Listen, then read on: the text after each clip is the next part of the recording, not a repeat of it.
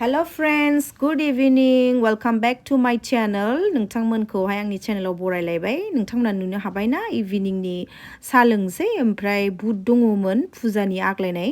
नैबे बुटखौहाय साजोंहाय जानो थाखाय आइया प्रिपेयार खालामगासिनो दं आरो ना. Hello guys, welcome back to our channel on the Anything Monish channel. Good evening, good evening, good evening guys. Good evening. TV नायबाय थादों नालाय ओमफ्राय दायो साउन्डखौ मिउट खालामनांलायबाय. नै बोराया जिरायनानै TV नायगासिनो दङ आरो ना. ओमफ्राय शुट खालायनायनि रागा जोंदों आंखौहाय रायदों आरो ना लोगोफोर. अब्लाबो एसे देखायबाय नोंथांमोननोहाय आङो.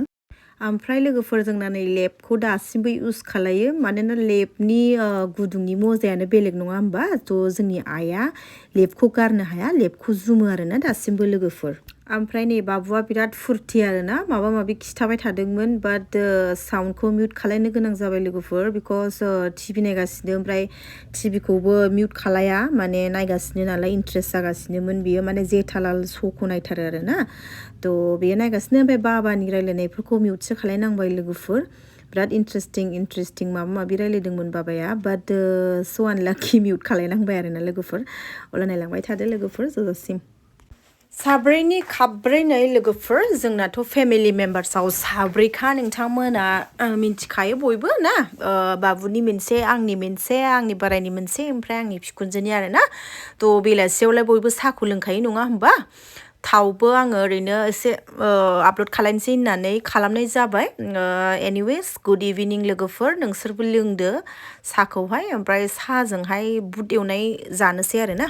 नै लोगोफोर बुट एवनाया बेनो जानोसै आरो ना दा साजों सोर नोंथांमोना बुट एवनायखौ मोजां मोनो साजोंहाय जानो.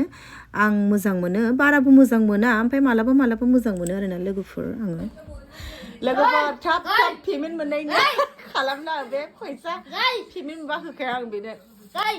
खोनासंलाय आंनि बाबाया माबे केमेरा नांबानो बोरैबा लाजिनाय जायो माने एफा खाथारनाक लाजियोना.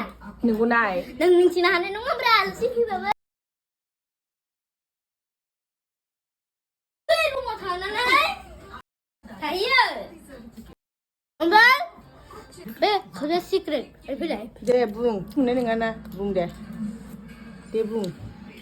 बाबानि खाथियाव लेडिस फैबा बाबाया एकदम लाजियो. नंगौ राइट. नै खोनासं बाबानि खाथियाव दे बुं दे. बाबानि खाथियाव सोरबा हिन्जाव फैबा बिजा गारदेरनो थाङो. नंगौ नाय जागासिनो नै लोगोफोर दा बेनोमोन आरो लोगोफोर इभिनिंनि साहा लोंनायखौ नोंथांमोनजों सर्टकाट शेयार खालामबाय बयबो जाबाय आंबो जानानै लानोसै होमबा. स' लोगोफोर थेंक इउ स' माच आरोबाव नेक्स्ट ब्लगाव लोगो मोनफिनसिगोन. बाय बाय.